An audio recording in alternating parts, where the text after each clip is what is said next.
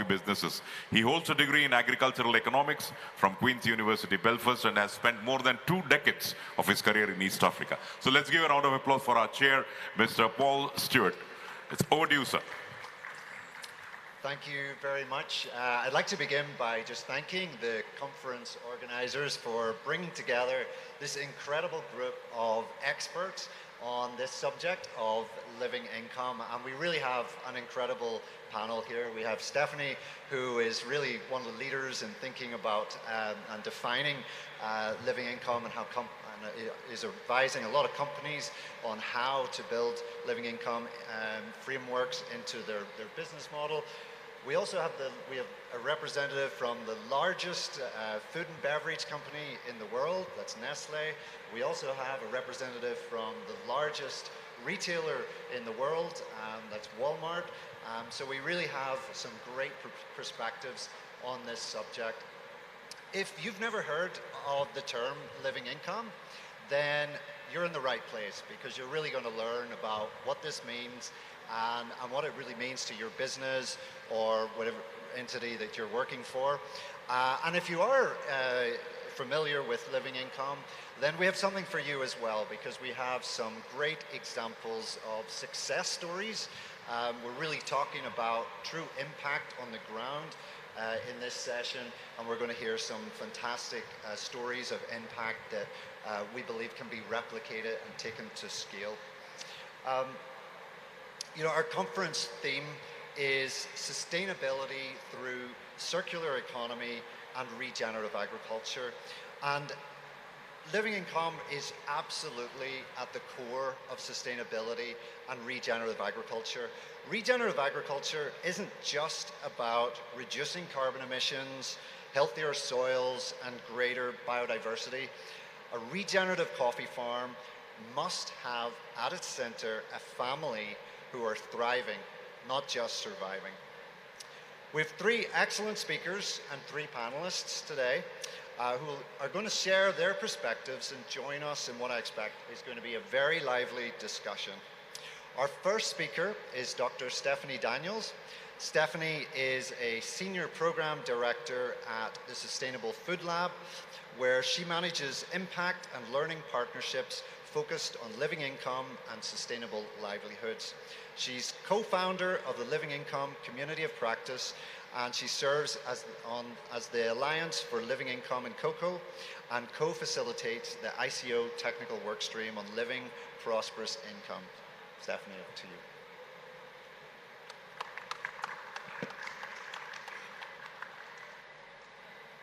Paul, and thank you to the organizers, and particularly the Coffee Board of India, for the invitation to be here with you. It's really been a pleasure to be here this week and learn about your beautiful and diverse coffee sector. So I had some slides.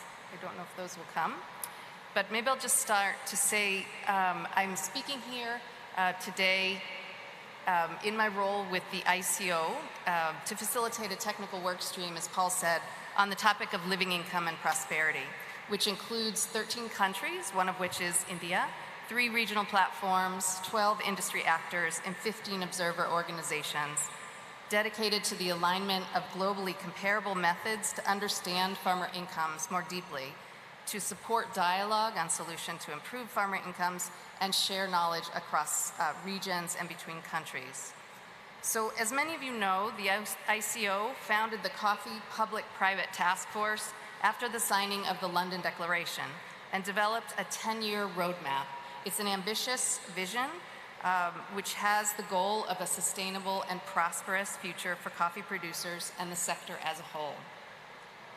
The concept of living income as a milestone for prosperity is a core tenet of the roadmap. And I'd like to kick off this session with clarifying the definition of that term, living income, and how it's being used in the ICO to address the problems of low incomes, particularly of small-scale farmers. So put simply, living income is the, we have a different slide. Okay, living income is the net income required for a household to afford a decent standard of living. This represents the elements of a living which is based on key elements of Decency, meaning a nutritious diet, decent housing, and other essential elements of healthcare, education, transport. It's typically defined by a quantitative process based on national data, pegged to national and international norms, such as the dietary definitions for decent nutrition at the WHO, and then validated by fieldwork in coffee-growing regions. And it answers the question, how much does a typical household in a particular place need to earn from all their income sources to afford this decent standard of living? And in the ICO effort, we've been mapping what benchmarks already exist and have a collaborative pre-competitive effort to work with 9 ICO member countries to calculate these for themselves. So I just want to talk about the concept of living income, and is this a definitive goal, quantitative goal? So the concept of living income goes a step beyond traditional notions of poverty alleviation that are concerned with basic subsistence and survival, typically measured by the poverty line. Living income puts a strong emphasis on the idea of decency and earning enough income to live comfortably. However, in some countries, this level is actually quite high for some small-scale coffee farmers. And so we must never use the living income concept as a reason to exclude smallholders from the trade. We want to avoid at all costs that this aspirational threshold becomes a barrier to market access, but rather consider the strategies that can move families along pathways to prosperity. This is a graphic that we use in the ICO task force to show the different levels of economic prosperity that can be achieved, and it's important to not see one as either a minimum or a ceiling.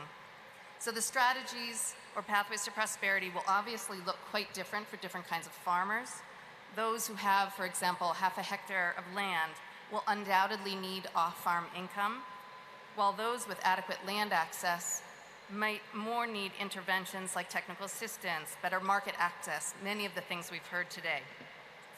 Women farmers may need different programs than male farmers. So on the other side, we also don't want to look at living income as a ceiling. Coffee is a sector where much prosperity has been created.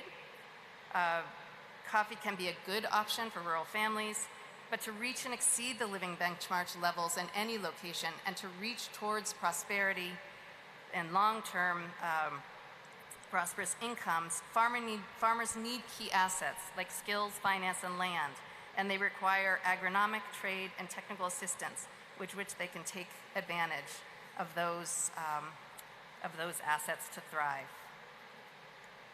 So I want to tell a very short story to bring this concept to life. So this is Robinson. He's a young Colombian coffee farmer that I met a few years ago, and I asked him, and he let me use his picture to tell his story to do this example. He has 1.3 hectares of shade-grown coffee.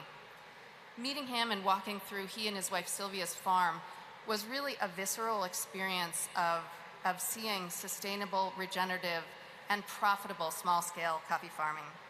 Robinson decided to move back from the city to grow coffee on his grandfather's coffee plot, and their farm is beautiful and also profitable. Their passion, their entrepreneurial spirit, their farming skill are definite elements of their success. However, they also have the advantage of several enabling conditions, which are critical. The market he is selling into works.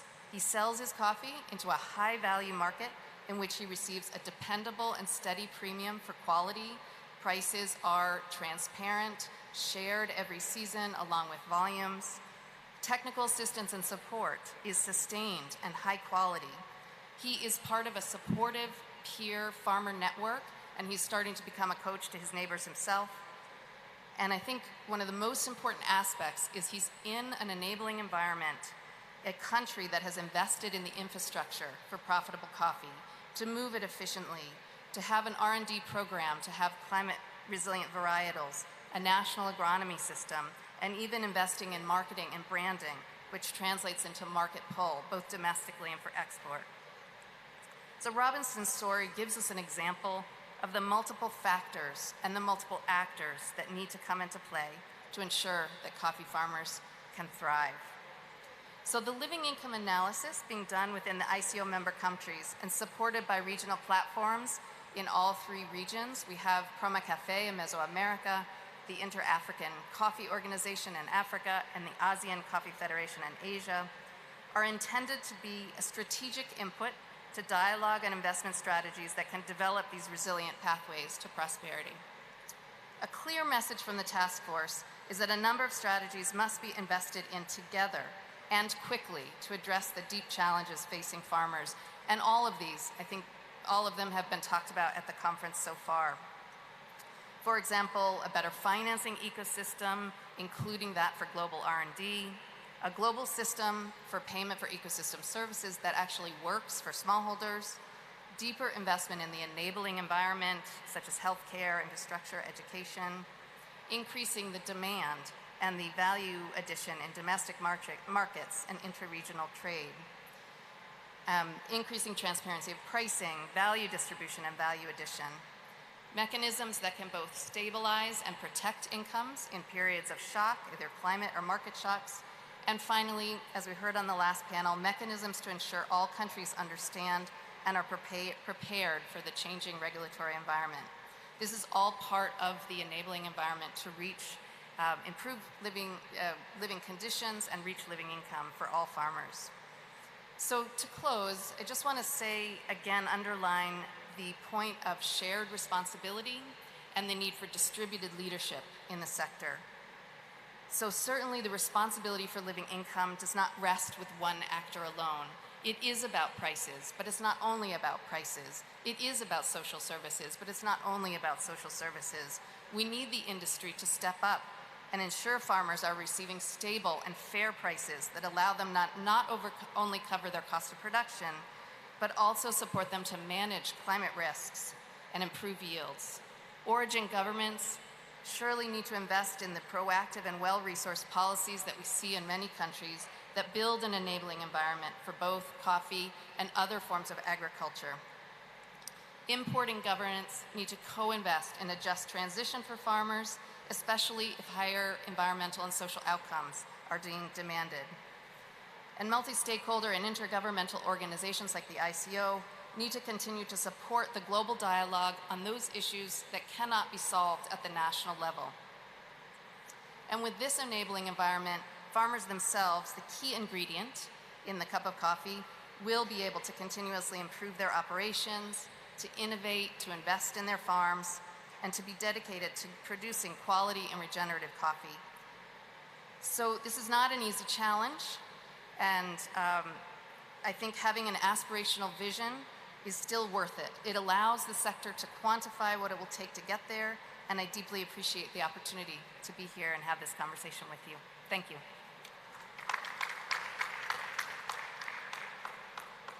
Thank you, Stephanie, and thank you for really laying out the framework of the living income methodology and really that call for all actors to really be involved in this very important topic. We're now going to turn our attention to some great examples of work that's being done by different organizations and businesses to really strive to support increases in incomes to go beyond living income. So our second speaker is Mr. Sanjay Kajaria, who is the Director of Corporate Affairs and Sustainability at Nestle India. With over 30 years experience in the food industry, Sanjay has steered impactful community initiatives focused on nutrition awareness, rural development, water and sanitation facilities that have touched the lives of over 10 million beneficiaries. Sanjay is also the president of the Confederation of Indian Food Trade and Industry that provides institutional support for the development of the Indian food processing sector. Over to you, Sanjay. Thank you, Paul, and thanks a lot for this opportunity. Next few minutes, I'm going to talk about some of the work which we are doing with coffee farmers as part of Nescafe Plan, which some of you may have heard of. A quick word on Indian coffee scenario, which I'm sure many of you are aware of. There are about 220,000 coffee farmers in India. 98% of them are small growers. largely cultivated in Karnataka, Kerala, Tamil Nadu, Andhra, Orissa. Karnataka, where we are now, produces maximum coffee. Really, some of the coffee farms which you will see are the best examples of agroforestry. Nescafe plan, just to put it in perspective, globally started in 2010. And in 2012, we launched the Nescafe plan in India. The picture you see here is 10 years old, and it was inaugurated by the then coffee chair, Mr. Javed Akhtar. We also started a demo farm in Kushalnagar that time and a training center as well. So what does really Nescafe plan entail? I think we have looked at the work which we are doing with or can do with the farmers, the work which gets done with the communities, and the work which gets done with the planet. As far as farmers are concerned, the ambition and aim is that we are enabling healthier and happier lives.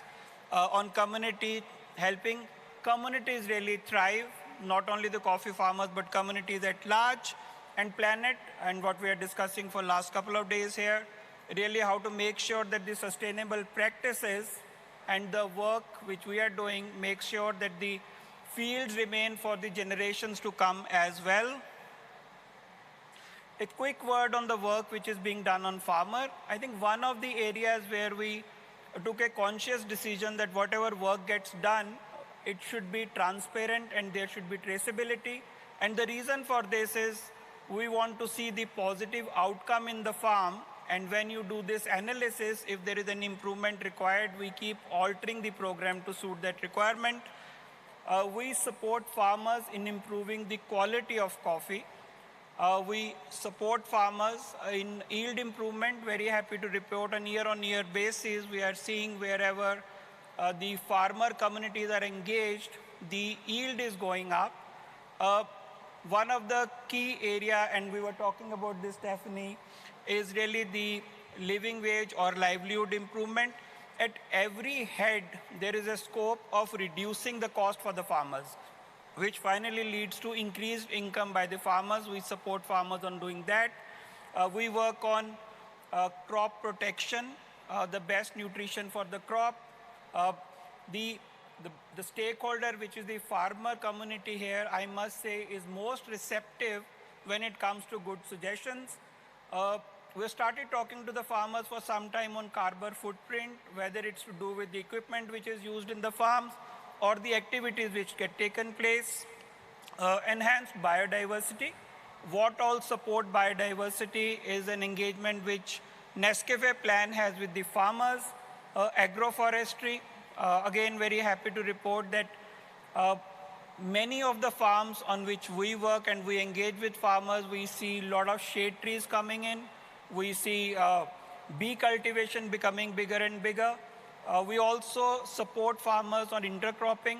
So typically every farm will also have pepper, banana, betel nut, and so on and so forth. And really the aspiration and ambition is that we keep working with the farming community on training them, learning from them, and build the competencies not at the farm level, but also the training which is being provided to them.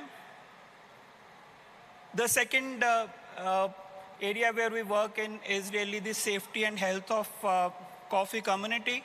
Here we also run the health camps for them where they can and their neighbors can and their the whole ecosystem can come and get knowledge on what is the safety and health required at the farm. We also do health camps for them.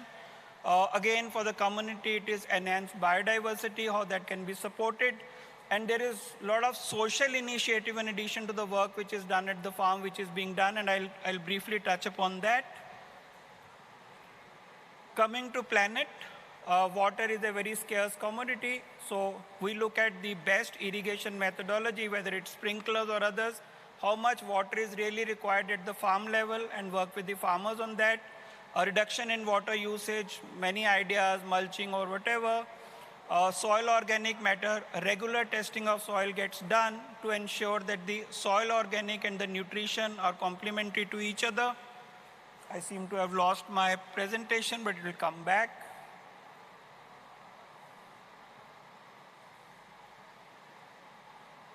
Anyway, to continue with that, we also look at soil erosion and how to make sure that the erosion of the soil doesn't happen, and what are the actions which farmers along with other stakeholders can take.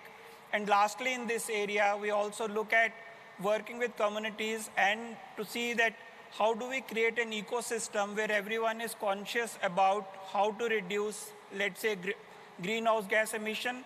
Sometimes it is by action which it, can you see the presentation now?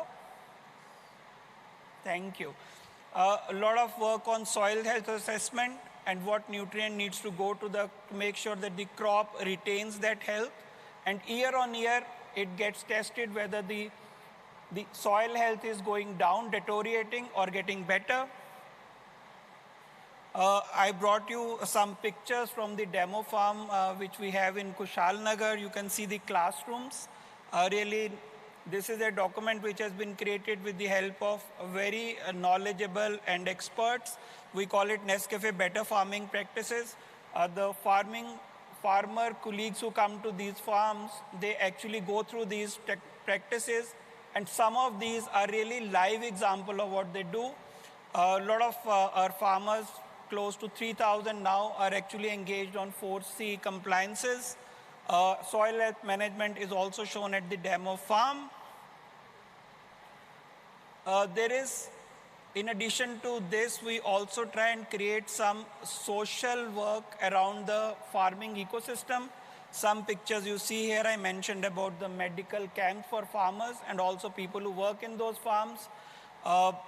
We put water fountains in schools to encourage students to learn the value of clean drinking water and also provide these fountains to them.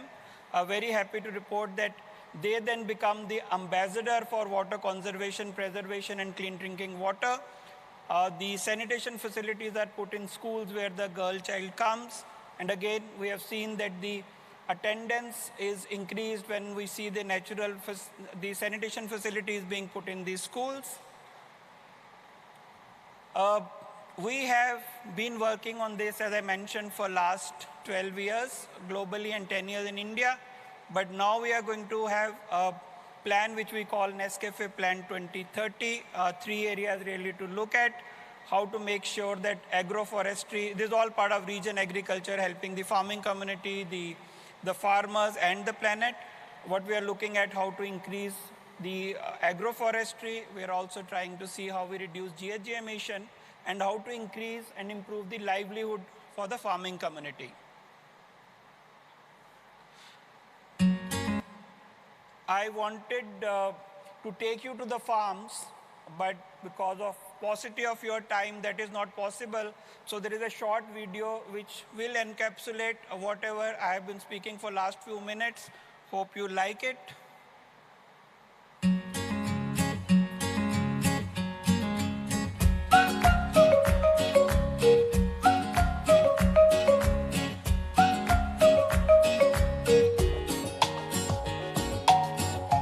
ನಾನು 25 ವರ್ಷದಿಂದ coffee ಬೆಳೆಗಾರ. ನಾನು second generation. ನಾನು 2012ರಿಂದ Nescafe ಪ್ಲ್ಯಾನಿಗೆ ಭಾಗಿಯಾಗಿದ್ದೀನಿ. Training ಕುಶನಗರ demo ಫಾರ್ಮಲ್ಲಿ training ಮಾಡಿದರು. ನಮಗೆ ಏನಾದರೂ ಸಲಹೆ ಬೇಕಿದ್ದರೆ ಅವರು ಬಂದು ನಮ್ಮ ತೋಟದಲ್ಲಿ ಸಲಹೆ ಕೊಡ್ತಾಯಿದ್ರು. 4C ಸರ್ಟಿಫಿಕೇಟಿಗೆ ಭಾಗಿಯಾಗಿದ್ದೀನಿ. ನೆಸ್ಲೆ ಆಫೀಸರು ನನ್ನ ಮಗನಿಗೆ ಸಲಹೆ ನೀಡಿದ್ದರಿಂದ ನನಗೆ ಸಂತೋಷ.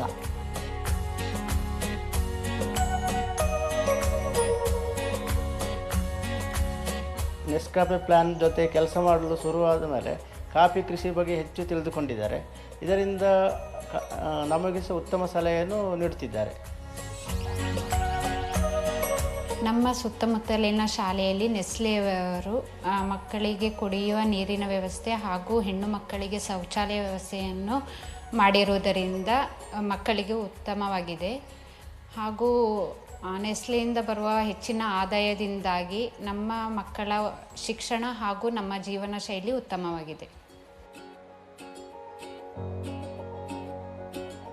ನೆಸ್ಕೆಫೆ ಪ್ಲ್ಯಾನಿಂದ ಉತ್ತಮವಾಗಿ ಮಣ್ಣು ಪರೀಕ್ಷೆ, ವೇಸ್ಟ್ ಮ್ಯಾನೇಜ್ಮೆಂಟ್, ಉತ್ತಮವಾಗಿ ವ್ಯವಸಾಯ ಪದ್ಧತಿ ಕಲ್ತಿದ್ದೇನೆ.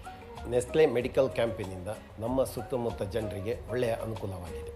ನಾನು ಸಾಯಿಲ್ ಟೆಸ್ಟ್ ಮಾಡಿದ್ರಿಂದ ಗೊಬ್ಬರ ಕರೆಕ್ಟಾಗಿ ಹಾಕ್ತಾಯಿದ್ದೀನಿ.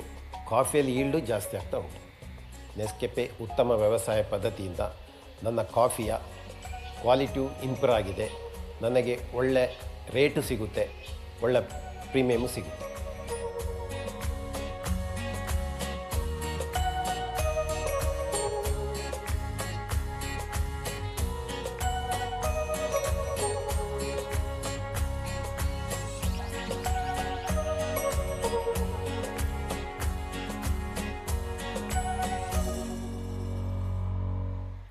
Thank you very much for your attention. Thank you very much. Thank you, Sanjay.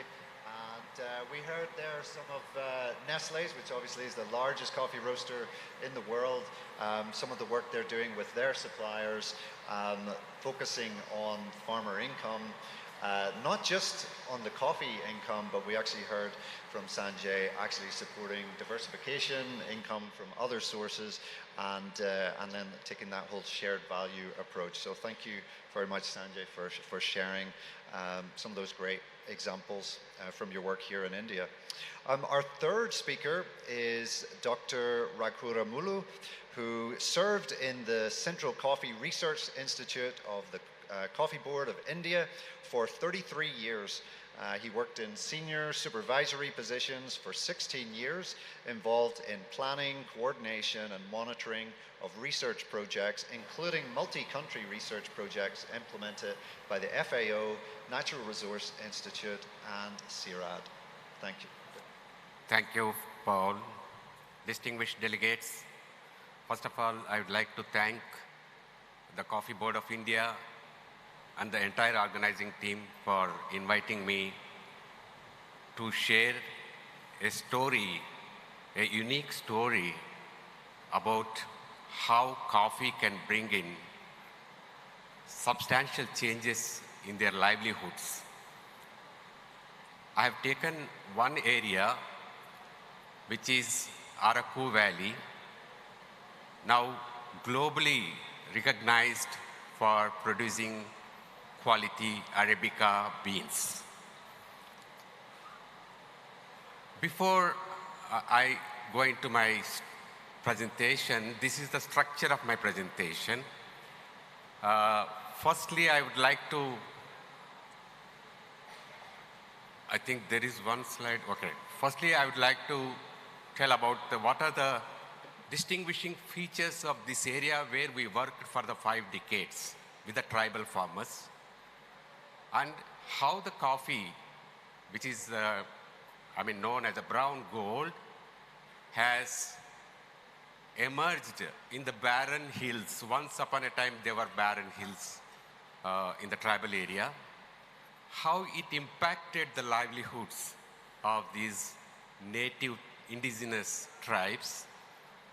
And after achieving the success of this program, the recent initiatives taken by the Coffee Board of India to replicate the same in other tribal regions in the country. If you look at the coffee growing map of India, the area which is shown as a brown brown color is a traditional coffee producing area which contributes close to 95 to 96% of the production of the country's coffee production. These traditional areas are basically located in the Western Ghats. You can see in the map on the Western Ghats, which are called as one of the hottest biodiversity hotspots in the world, and we consider them as lungs of India. So they are the biodiversity-rich forest, evergreen forests. On the other hand, what you see in the green color is the Eastern Ghats. Eastern Ghats are not as continuous as Western Ghats. They are discontinuous hills, mostly inhabited, especially in the area which is demarcated in yellow circle. that area is actually inhabited by indigenous tribes, remote, poor, illiterate tribes. So what is the comparison between the traditional coffee growing areas in the Western Ghats and the coffee grown in the Eastern Ghats by tribal people? See, we are actually, when we ventured into the non-traditional areas, they were not at all amenable for coffee cultivation. Because of the climatic conditions, the forests are not evergreen, the rainfall is not well distributed, and the temperature fluctuations are quite huge. Summers goes up to 39 degrees, whereas in winters it can go as low as 2 degrees Celsius, which are not very ideal for coffee cultivation. More than anything else, the soils in those areas were depleted or eroded because of the practice called slash and burn or shifting cultivation, which is locally known as podu cultivation. And coffee in this area, as compared to the traditional area, which is a 2-century-old crop, it's being grown for more than 2 centuries now. In the Eastern Ghats, coffee is relatively a new crop and gained commercial importance only from 1970s onwards. So I more or less narrated these features, characteristic features. I would like to highlight what these indigenous people were accustomed to doing traditionally. They have a practice called shifting cultivation. They cut some area of the hills, grow cereals and some food crops, and once the soil becomes infertile, they migrate to a newer patch. As over a period of time their population increased, pressure increased, the forest regeneration was not able to match up to the extent of degradation which is happening. That's why they were again pushed into absolute poverty. Their income levels were going very low. Earlier, in fact, they were living in a very harmonized manner. Because of the low population, vast areas, they were able to come back to the same place where they cut forest some 20 years ago and again cultivate. That was not available to them. So they do collect forest produce like wild honey and medicinal herbs to gain some other income for their living. But their lives were never, they were not having access to better markets because of the remote locations.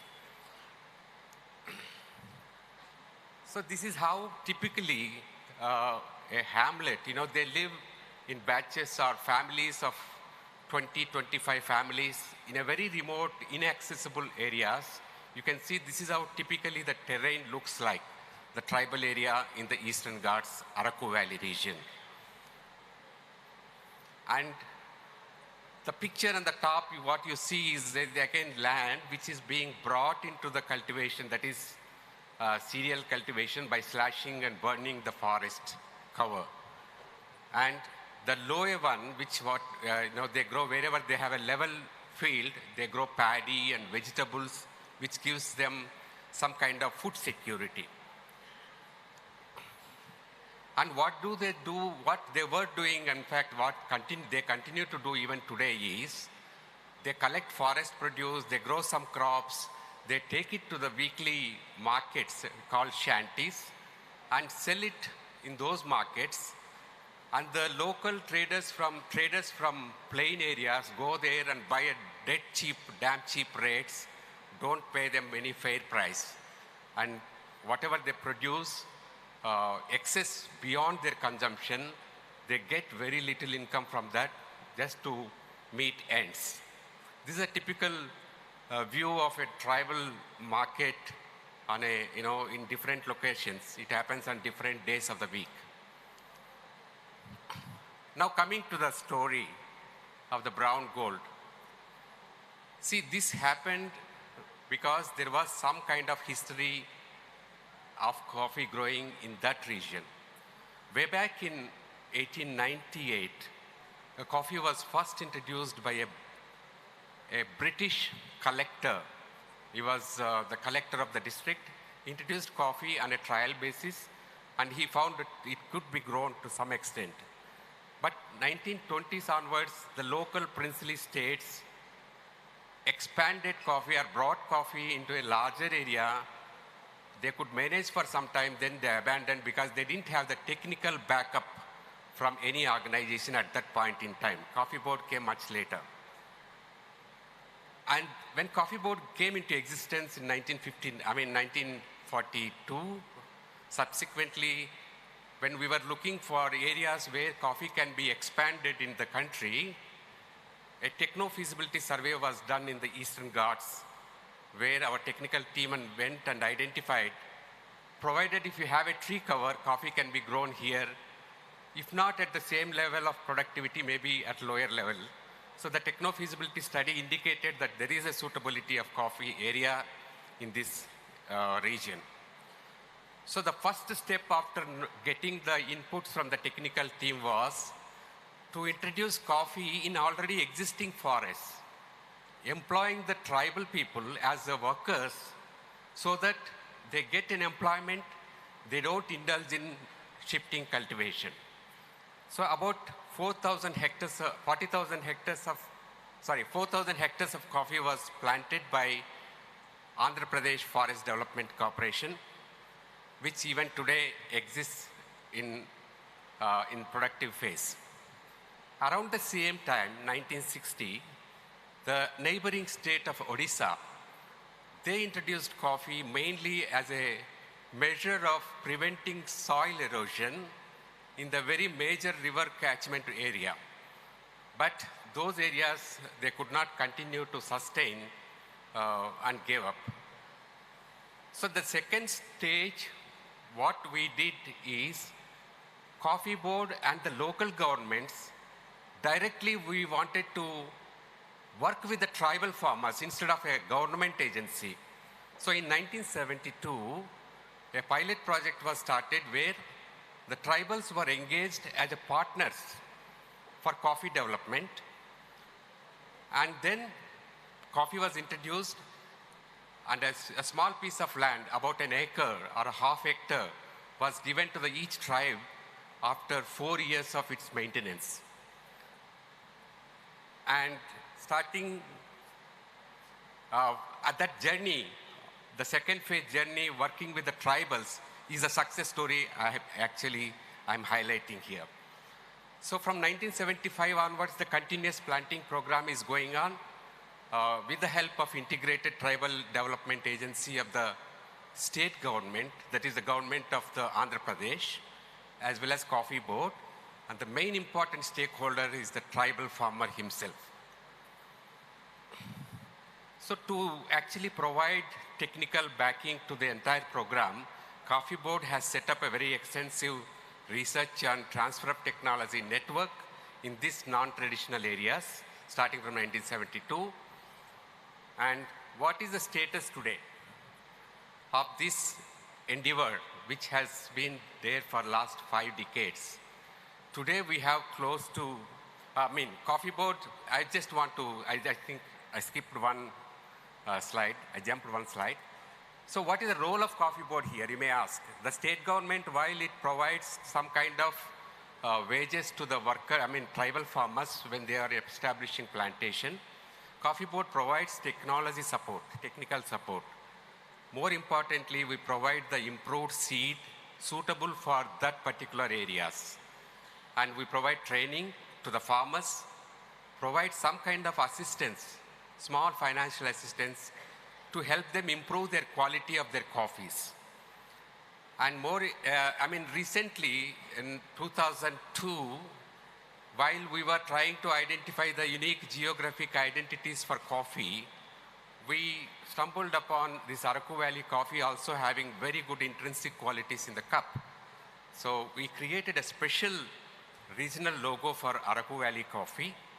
And recently, in 2019, we have the distinction of getting the geographic indication tag, the first geographic indication tag for a tribal coffee in India.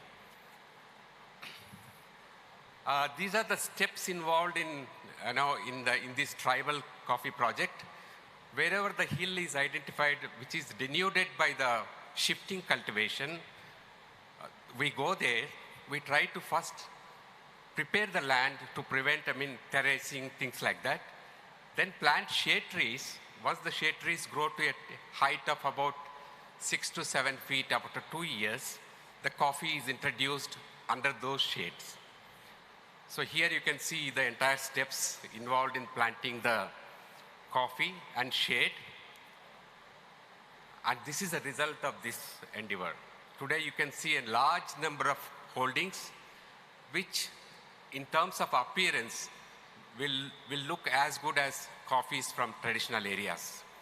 So they have coffee as well as black pepper. You can see the lot of shade cover which has regenerated because of the coffee. And today we have achieved a target, an area of nearly close to 99,000 hectares under this tribal coffee development program, involving close to 220,000 tribal farmers in these agency areas.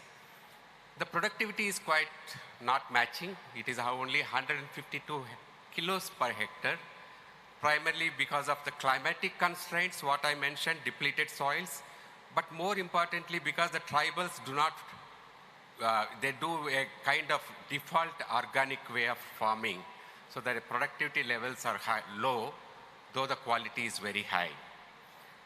So during the last 20 years, we have again taken another initiative in the same program, that every plantation which has been successfully established, we will introduce 5 types of fruit trees and 5 types of indigenous shade trees, so that the ecosystem will develop, biodiversity will increase, and also the farmers' income also will diversify. They don't need to depend purely on coffee prices, because coffee prices are always not very friendly to the farmers. Sometimes they are very good, but for a brief period, and a larger period, they are not very remunerative to the farmers.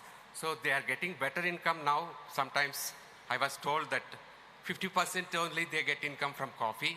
Remaining 50% they get it from intercrops like black pepper, orange, some other fruits, timber, little bit, because timber also could be extracted in a phased manner once the shade becomes too much.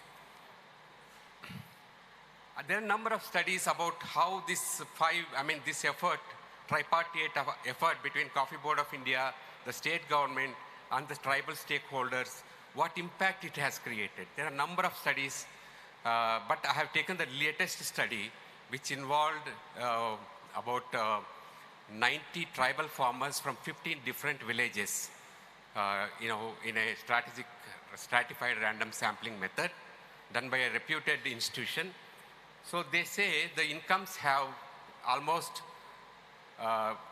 compared to the income from their crops, agricultural crops, the income from only coffee is 4-fold. And income from coffee plus intercrops is 5-fold. So you can see what is their income levels, how they have increased over a period of time.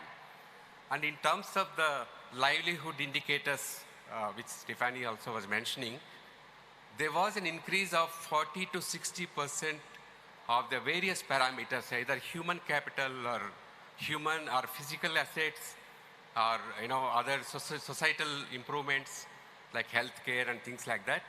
So there are 40 to 60% improvements happened when the coffee was introduced over the period of time. And my story will be incomplete if I just leave it at there. The story of Araku Valley has now reached another level. So Araku Valley today is recognized as one of the top quality producer of Arabica beans, because Arabica itself is a very difficult to grow under Indian conditions. So here we have number of players are now working at the ground level, the NGOs, with thousands of farmers, including the TechnoServe itself, which is recently entered the market. So to help the tribal farmers come together as a farmer producer company, so that they can get a better bargaining power both upstream and downstream and improve their income levels further. So a number of brands have already come out of this region, which in fact Araku Coffee, they have an outlet in Paris, which was set up about 8-9 years ago. So that is a story of this Araku Valley coffee. Now, having tasted the success with tribal farmers in Araku Valley, we wanted to replicate the same in the traditional coffee growing areas of Karnataka, because we have small pockets of tribal areas even within the traditional area. So we are working with those farmers now currently to improve their income levels through diversification, through quality improvement, through formation of collectives. And this is the, of course, these are the details of that recent initiative which is currently going on. And we have also achieved, some kind of traceability of these tribal coffees in Karnataka and branding, traceability. We are using the blockchain to document the traceability. This is the brand which is, of course, is available, exhibited in the exhibition area, Adavi Coffee. So this is another a story brewing fresh in tribal areas of Karnataka. Thank you very much for your attention.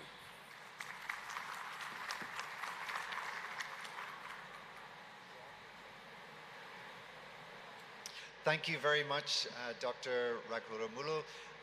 That was a great presentation, a great example of how a government-led initiative can really change a landscape and really demonstrate how coffee can really be a source of good, not just for those former livelihoods, creating more sustainable incomes in the long term, but also showing how coffee can really help to protect the forest. And I think that's just fantastic.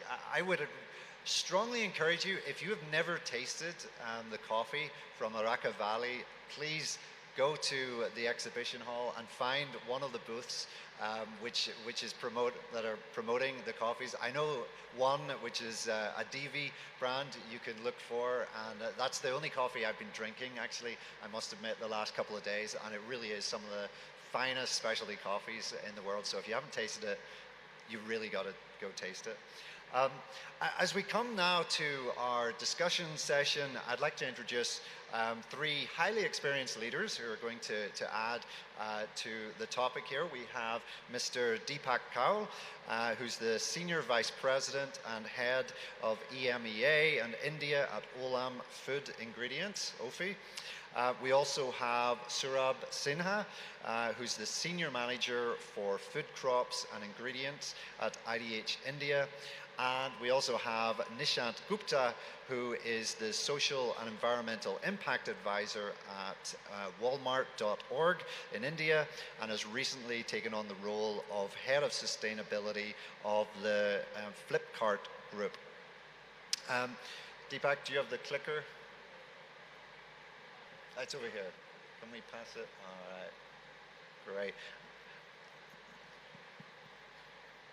Deepak, I'd like to start with you, and I know you have a couple of good slides to share, which I definitely want to encourage you to do that. But I want to, I understand OFI has been calculating living income gaps in a number of countries where you're purchasing coffee. Could you tell us a little bit about what you've been learning and what OFI is doing to close the gap? Thanks, Paul. And first of all, my gratitude to the organizers and the Coffee Board of India, our hosts, for this wonderful event. I'm really glad that we are having it in India, and it's been an honor and a privilege to be part of this panel today. We, as an organization, have been working on the topic of living income over the course of the last 5 or 6 years. As you would have gathered by now from the earlier presentation from Stephanie and the interventions from Sanjay and Dr. Raghuramulu, the topic of living income is a very complex topic. It involves a lot of elements of economic development that are perhaps outside the scope of the traditional coffee industry as we see. Therefore, it's important for us to understand what we as private organizations in our individual capacities and with collaborations and partnerships with our partners can do in order to make a difference in the livelihoods of coffee growers. Just as a, I won't take you through all my slides, but I just wanted to highlight this one.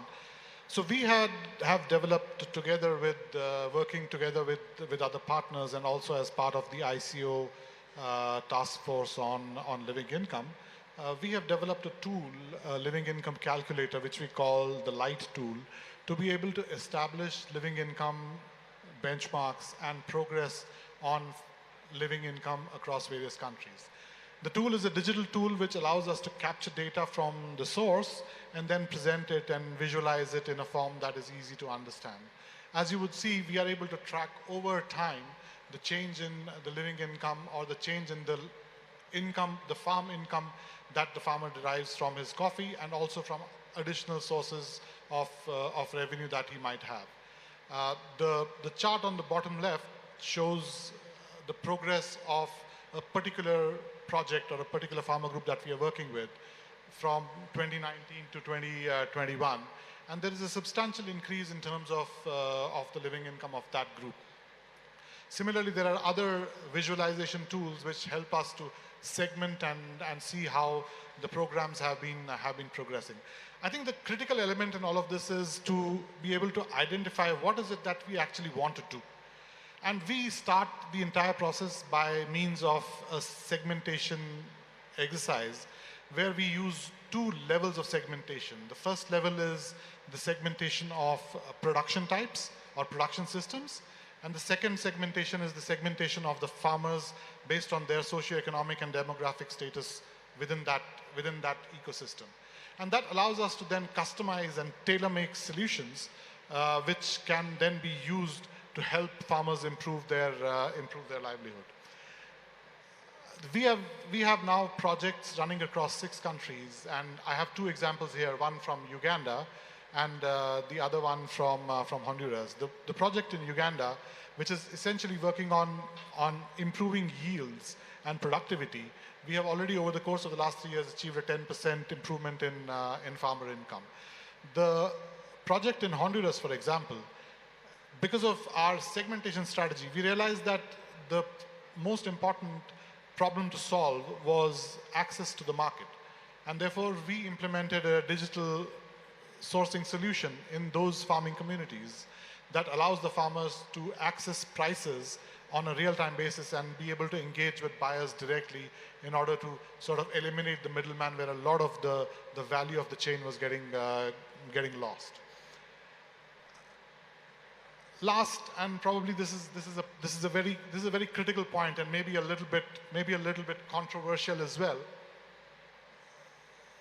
We need to understand that the problem of living income is not a coffee problem. It is an economic development problem. As you would see on the chart, 80% of the world's coffee is produced by farmers who are already earning a living income. So therefore, the problem is with only 20% of the world's coffee supply. However, having said that, the 20% of the coffee that is produced by farmers that don't make a living income actually constitutes about 60% of the coffee farmer population of the world. So therefore, it's a bit of a distribution problem in terms of identifying the farmers or the farming communities which are not making a living income and therefore addressing solutions to those communities. We have heard in the earlier panels today that with regulations, with increasing concentration around specific origins, this exacerbates the problem of the more marginalized and the more vulnerable coffee producers. And therefore, we need to consider a more holistic approach towards identifying actual solutions that can be deployed on the ground and which will help alleviate the problem of living income. Thanks, Paul.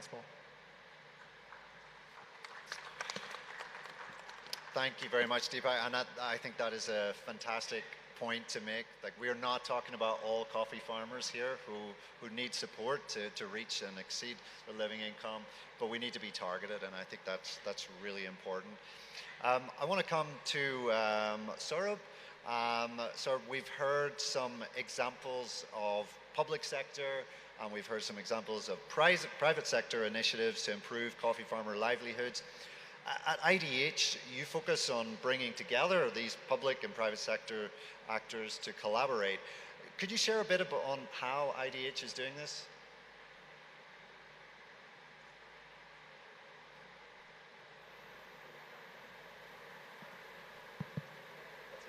Okay, yeah, it's working. So good evening, everyone. My name is Saurabh. I represent IDH. IDH is a global social enterprise that works in nearly 50 countries, largely in Asia, Africa, as well as in South America. And the topic is very relevant. It's very close to our hearts, which is the fulcrum of discussions today. Income and income for farmers. Now, before coming to this slide, which mentions a smart mix, let me just present you a high-level framework that we use when it comes to living income for farmers. Okay. I hope my voice is clear. Yeah? Okay, perfect. So, a very important point raised by Deepak earlier, that what is a farmer? So, for us, any initiative on farmer starts with first inclusion. And inclusion essentially is, how do you identify your farmer? Whom are you going to work with? What defines a farmer? Is it a land holding? Is it the type of crops that you produce? How do you identify that farmer? Once you have identified, the second part is integration. So you identify, how do you integrate a farmer into a particular project? Why should a smallholder actually be participating in some of these activities if he does not feel integrated in the entire system? And then you talk about empowerment, inclusion, integration, and then comes empowerment. You then look at what are the ways in which the farmers then can be empowered. And living income, a big topic of environmental management, all comes with that. Now, coming to the question that was raised by Paul, that how do you do it on the ground practically? So here on this slide is a mix of strategies that have been shown, and I'll give you examples, practical examples, on how we have been doing it along with other partners. The first part, the most important bit, is the environment. How do you enable the environment in which different stakeholders, you will have a private sector company that has interest around profits, it has interests around meeting its sustainability criteria. You'll have traders in the supply chain who want to source coffee. You'll have civil society organizations who have their agenda. You have public sector, Coffee Board and other organizations who want to work on the welfare. You have, foundations such as Walmart Foundation who, again, wish to promote how do you work specifically with farmer aggregation units. So there are diverse interests of each partner. How do you bring or align them on one platform? The first example that I'd like to give is our program in Karnataka, which we are developing along with all these partners. It's called Karnataka Climate Resilient Coffee and Spices Landscape. And this program actually has brought in 7 partners all across the supply chain. We have representations from the roasters, Unilever, JD. We have representation from traders, Ecom, NKG, Sugden. We have representation from the farmer groups, around 5 FPOs who work. We have representation from civil society organizations, 3 of them. And we have collaboration with the Coffee Board of India. So now this platform is actually defining a public-private farmer civil society partnership together. And there are certain elements which are common to all of these stakeholders. The trick is, how do you identify them, how do you convene them, and bring them onto a table? So that is where the initial efforts are needed. The second bit is around production and processing, which I have mentioned over here. And this is where the engagement around private sector, government, and farmer groups can work. The procurement practices is a very critical element. There were questions around that, who's going to be a cost of all the things that is happening. If you have to move farmer to living income or to better yields or higher productivity, how does he do it, how the cost will look like, and why should a farmer do it? So this is where one of the important elements that we try and see, along with a private sector partner, is can we influence any procurement strategy across the supply chain? For example, can a roaster actually provide certain sustainability premium, what we call, or a lot of certification bodies call, across the supply chain, which could be shared with the farmers? A good example is our case in Vietnam, for instance. There is a low carbon coffee program that is running in that country. We have partnerships from JD and a few large players such as Semaxo and Ecom who are partner there. And over there, there is a commitment from different stakeholders to actually see if there is a verification on low carbon, how the markets can pay for it. The consumer engagement is also critical, especially with the roasters and the brands who are out there, because at the end, these are consumer-facing companies. So in our work with Unilever, with the likes of Nestle, with likes of JD, one of the discussion always is, how do you build awareness in consumers? What are the ways in which consumers at the end can also wish to pay a certain price premium of the sustainable produced coffee? Is that possible? How do you do that? So that is another important element that we work very closely with our private sector partners. Traceability. In the previous session, EUDR was mentioned all the way. I think rather than talking of EUDR, let's talk about traceability. EUDR is a compliance requirement, but the key area behind EUDR is around transparency and traceability. So how do you do that? What are the mechanisms in which that could be done? Okay. So again, in case of Karnataka, I would again, like to emphasize this, and please do visit us later. The program that I was speaking about has an element of traceability integrated. The farmers don't pay for that service. It's the industry actors, it's their requirement. They are actually going to support majority of the farmers sitting in this room or outside on this part. It's an important element as a part of the supply chains which the companies have decided to invest in. It's not, just the investment from the farming side or from the government side. It's also responsibility of the actors across the supply chain, and they have already provided commitment around traceability for our Karnataka program. So please do, approach us later. And finally, how do you strategize this at a landscape level? Deepak very rightly mentioned, and Stephanie as well, that living income is not a coffee sector problem. It's not a problem, actually. It's an ambition which the entire sector, the agriculture sector, should work together. And you can only do this, you can only achieve it when you look at the entire landscape, when you look at farmers as entrepreneurs, when you look at farming as a unit which produces a lot of things, but a farmer as an entrepreneur also does certain activities. Where is the farmer earning from? What are the pressing issues where a lot of expenses are going? Can you really optimize some of those things? Which are the other partners you need to bring in? Food security is an important issue.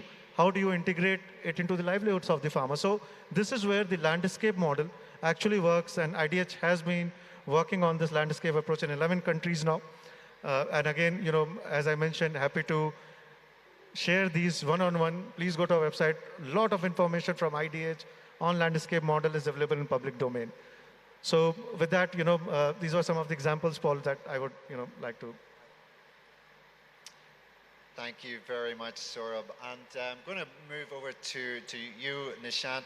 Nishant, Walmart.org is the philanthropic arm of the largest retailer in the world. So can you just tell us, how does philanthropy work towards improving living incomes of smallholder farmers? And can you tell us maybe a little bit about how you see farmer producer organizations playing a role? Yeah, sure. Thanks, Paul. So, hi everyone. I'm hoping that the voice is clear. Yeah, cool. So I'll divide this question into three parts rather. So one is how Walmart Foundation that I'm representing today looks at philanthropy. So we look at philanthropy in a very strategic manner. What we believe is one of the key concepts that we are discussing, which is living incomes. How do you support improvement in living incomes, especially for the smallholder farmers? And one of the key elements there, we believe, is that it can definitely improve once we align the smallholder farmers closer to the markets. Unfortunately, what we find is that in a lot of communities, it's not easy, or some of the communities need help to get connected to open markets. And that's where strategic philanthropy comes into play, where we hope to build bridges between these communities and the open markets. And that brings me to the second part of your question, which is where the farmer collectives and FPOs come into play, because we do believe these FPOs can act as those bridges. These FPOs are built by the farmers, for the farmers, and they understand the production systems really well. Most of our work in philanthropy in India goes into strengthening these farmer produce organizations to help them get connected to market, and there are just so many advantages of farmer collectives in the shape of farmer produce organizations. Just to give you a quick glimpse of the work so far, so Sambodhi, which is an independent research firm, they conducted research on the farmer produce organizations and FPGs that were supported by Walmart Foundation's various programs. And since 2018, we have invested about $39 million into this ecosystem, which reach about 500 plus FPGs or FPOs, about 800,000 smallholder farmers, and more than half of them are women. Now what we are seeing here is that incomes are increasing. There is about 29% income increase for revenue increase for the FPOs that are part of the program because of aggregation that they bring both on the input and the output side. Once they are aware of the market expectations, they work with the farmer producers to translate that market expectations into the production technologies. They are also able to bring in economies of scale through value addition infrastructure. So in one of our programs, which is with TechnoServe in the Paderu region in Andhra, where we work with tribal farmers in coffee, what we have seen there is instead of selling the raw cherry of the fruit, once you have the wet mills established, you are able to extract a lot more price realization. You are able to extract a lot more value from the market because you are controlling a larger part of the supply chain. And individual smallholder farmers find it very difficult to have access to such infrastructure, whereas a farmer producer organizations can easily, not easily, but definitely look forward to creating this infrastructure which can be utilized by the smallholder farmers. One of the other key elements that we have been leveraging is the role of women in these farmer produce organizations. And what we have observed is that in our programs, what we make a very conscious effort is to drive a much higher engagement from smallholder women farmers at not just the farm level, but also at the enterprise level. And there, what we have seen is that wherever women farmers at the helm of affairs, the crop intensity improves drastically, the market connectivity improves drastically, because women farmers are the closest to observing very, very subtle changes in the production, right? They are able to observe very small changes happening in the crop. So they are the first point of contact between the farm and the market, right? So once you integrate them into the value chain, the outcomes are fantastic for everyone. So yeah, that's pretty much sums up the work that we do and our focus on farmer collectives. Great, thank you very much. And we've really heard now from representatives of every kind of segment that is working with farmers to help increase incomes, from public sector, private sector, multi-stakeholder bodies and philanthropic organizations, which is fantastic. And working throughout the chain, we've heard examples of supporting farmers to increase their coffee incomes, increase incomes from diversification, and also supporting on that kind of market linkage, which is fantastic because we're seeing not just increasing product production, but also increasing the price through quality improvement. We've heard from all of our speakers, but I have a few more questions. And actually, Stephanie, you were our first speaker. I'd like to come back to you with a question. So we've heard about some of the great initiatives going on, many of which are being driven by the private sector. Are there other key opportunities to increase farmer incomes that you would like to see the public and private sectors doing more of? Thanks, Paul. I mean, obviously, there's lots of other things we could be doing.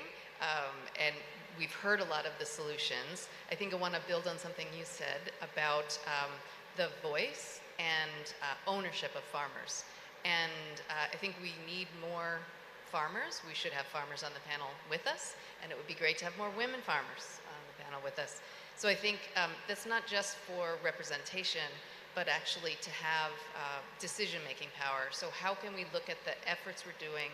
How could private sector learn from the evidence you're gathering in the Walmart Foundation projects? How could the Nescafe project share some of the agronomic learnings with your suppliers and farmer organizations? How could there be different investment vehicles for small farmer-owned businesses? I think there's much more need for investment in some of the ground-up solutions. Of course, those have high transaction costs, so we've been talking earlier around investment vehicles. And maybe just one other thing that the ICO, I think, is really trying to do is more cross-sector learning or interdisciplinary learning. So the evidence that we have from the Araku case, can we learn from that for other countries that might be considering or have the capacity to think about large-scale transformational landscape-level investments? So those are a few ideas. Thank you, Stephanie. And I'm going to kind of leverage off that and come to you, Sanjay. Obviously, Nestle being the biggest coffee roasting company in the world, some would say the company has the greatest responsibility. You spoke about what the Nescafe plan has been doing over the past 10 years, but maybe to some of the ideas that Stephanie has mentioned, I'd love to ask you, is the Nescafe plan working on any of those things, or what are really your plans for the next decade? Thanks, Paul. Am I audible? Yeah. So, I just briefly mentioned about Nescafe Plan 2030. We are going to build on what we have been doing for we started in 2010 globally, 2012 in India. So whether it's to do with soil health, biodiversity, agroforestry, all the work which is being done, that continues. What we are going to do more and more now is to look at regenerative agriculture, how it helps the farmer community and the planet. More specifically, we are going to look at buying 20% of the coffee through regenerative agriculture. And 100% coffee, our ambition will come from sustainable sourcing. We're also looking at reducing GHG emission, greenhouse gas emission. We want to be, as a company, net zero by 2050 and half that by 2030. Also looking at various ways in which farmer livelihood and the social conditions get better. So you will see a lot of things happening, but this is going to be continuity of what we have been doing for decades. It's only going to build on that, bringing more technologies there.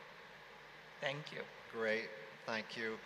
I want to just touch on the issue of some of the threats and challenges of farmers being able to achieve living income. And Deepak, I'm going to fire this as one of probably my hardest questions, which I've saved for you because I think with your depth of experience in the coffee industry, you're probably best placed to answer this one. But farm fragmentation, this intergenerational kind of division of land is clearly one of the biggest challenges that we see that results in many areas having majority of farmers living well below living income.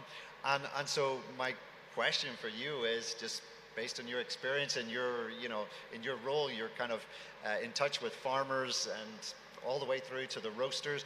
I just want to ask you, what do you think the coffee industry can do about that particular challenge? I think I agree that you've saved the toughest question for me, so thanks for that. I think the fragmentation of farm holding is a real concept, and there's no getting away from it. I think the way to deal with the fragmentation is to bring the smaller farmers together in collectives, the kind that Nishant mentioned. We have multiple examples across the world of farmer organizations working very well together, and we have examples of cooperatives and collectives not working that well together. The idea is to be able to take learnings from experiences and examples where things work very well and sort of transplant them in areas where we do believe there's scope for improvement. I think the other element around farmer fragmentation and the threat to the smallholder farmer is this whole vicious cycle of low prices leading to move away from the more marginalized farmers, consolidation amongst the larger producers. I think that's where probably the industry has a bit of a role to play, and quite honestly, the consumers have to be able to demand that from the industry in terms of having this whole diversity in the cup. The whole idea in the previous panel, if you were listening to it, was around what story will you tell the consumer if you only have coffee from 2 or 3 countries.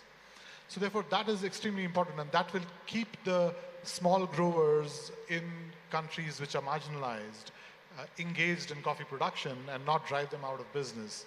But in order for them to be viable and sustainable over a long period of time, we need to bring in structures in those communities, in those growing areas, to be able to aggregate and provide a collective approach towards commercialization of their produce.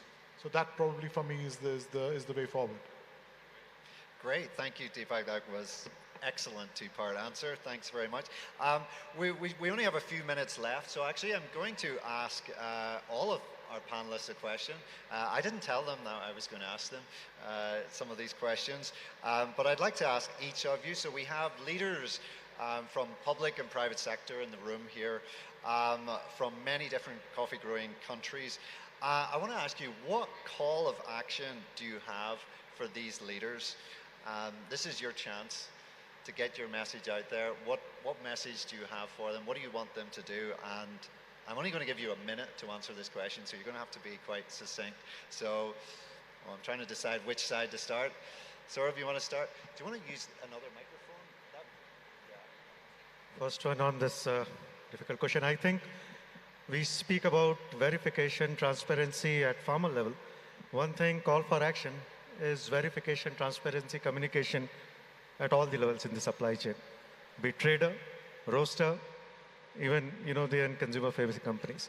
If there is enough transparency in how things are working across the supply chain, and what initiatives or programs are the company working towards across the supply chain, I think so that would be an important call for action for me.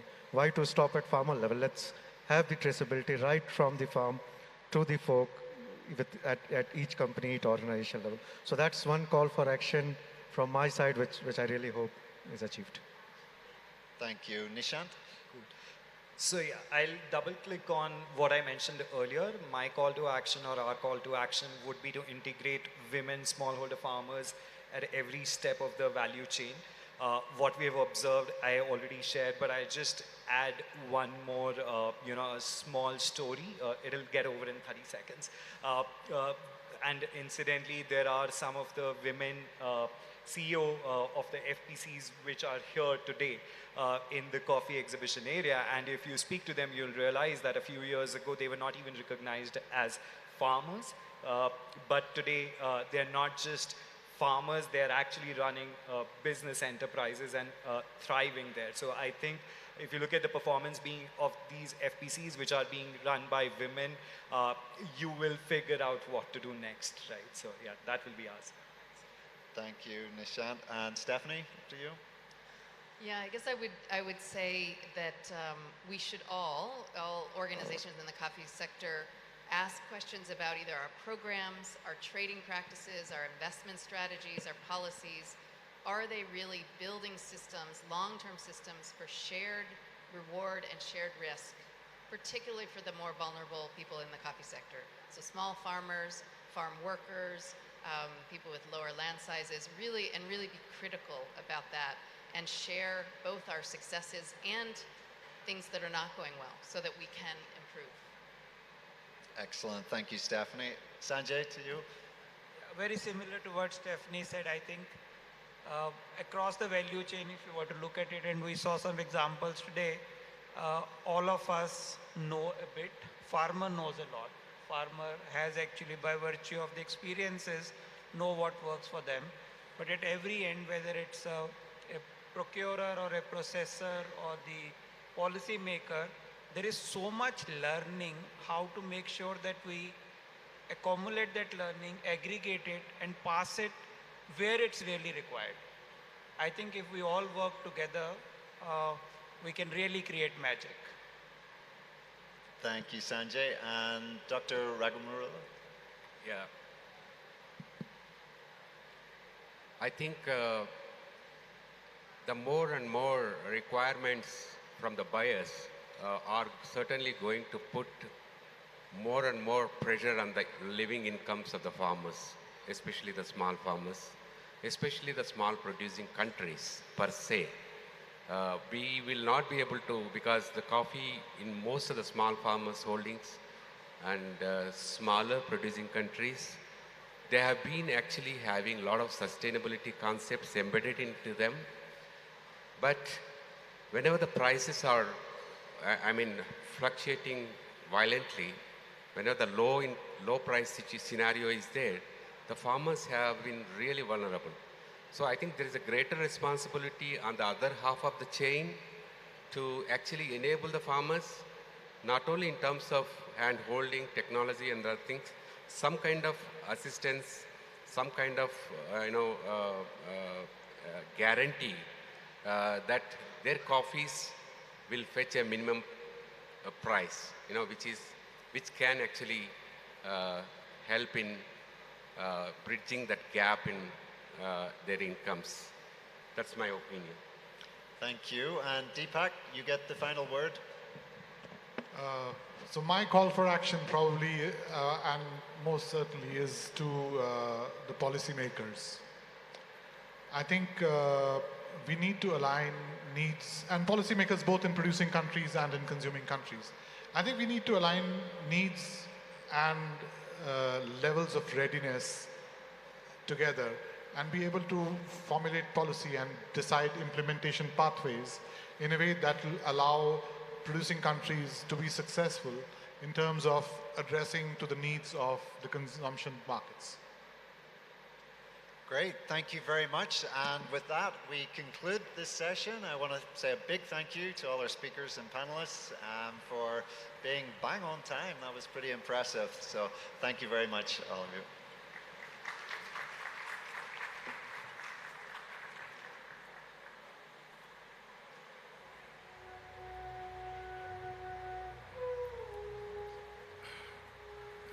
Thank you very much. Before we leave the esteemed panelists, I would request Mr. J.S. Nagaraja, the Joint Director of Research, Central Coffee Research Institute Coffee Board, to kindly come over and felicitate the dignitaries. I would request Mr. Paul Stewart to kindly come forward and accept the felicitation. Mr. Paul Stewart, Global Coffee Director, TechnoServe. Thank you very much, sir.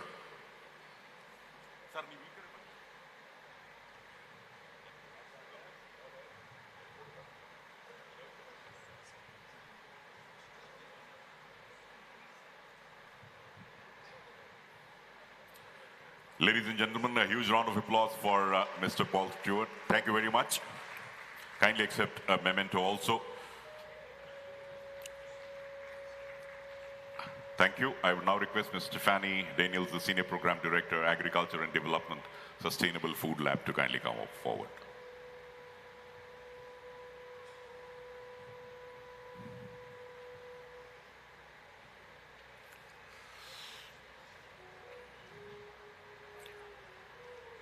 Thank you, Ms. Stephanie Daniels, for your presentation, and please accept a memento also.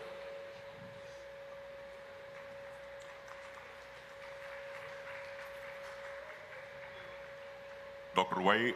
Raghuramulu, a retired Director of Research, Coffee Board of India.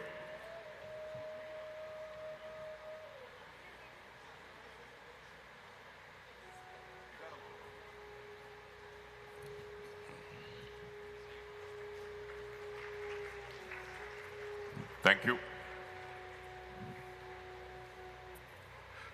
I would also request Mr. Sanjay Kajuria, the Director of Corporate Affairs and Sustainability, Nestle India Limited.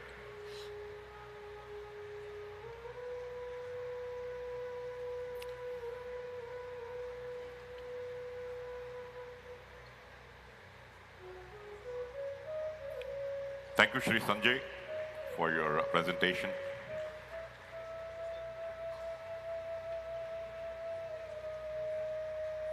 And now we move on to the stalwarts of the panel discussion. Mr. Deepak Kaul, Senior Vice President and Head EMEA and India, Olam Food Ingredients.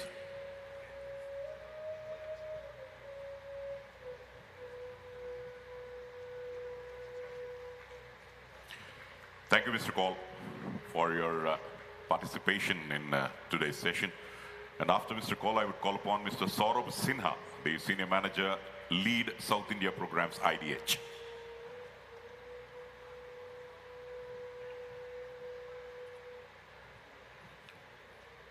Thanks, Mr. Sinha, for your presence.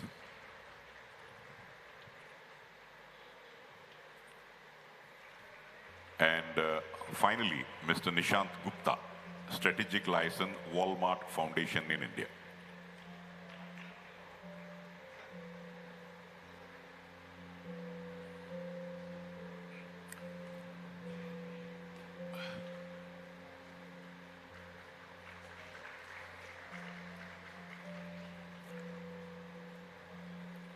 Thank you very much.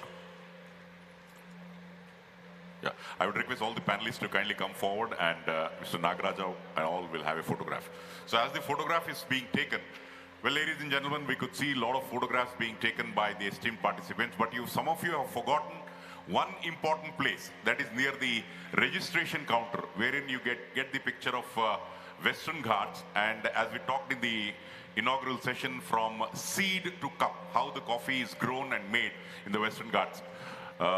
Artists and creative directors have worked very hard to make that Western Ghats near the registration counter. If you have any doubts, you can ask the volunteers, and they will tell you more about the Western Ghats location here at the Palace grounds. And in a short while from now, we're going to have a musical evening. Coffee Board Government of India will invite you, is already invited all of you for the musical evening, and this will be followed by a heartfelt thanksgiving to our sponsors. So let's give a round of applause for all the panelists. And yes, the serious part of it of today is over. We see you all tomorrow morning at 9 a.m. But the entertainment is going to unfold in the next 20-25 minutes. So all of you stay back, enjoy the entertainment, and before you can also go over to the Western Ghats and take some pics. Thank you very much. Namaskara, and all of you, please take care.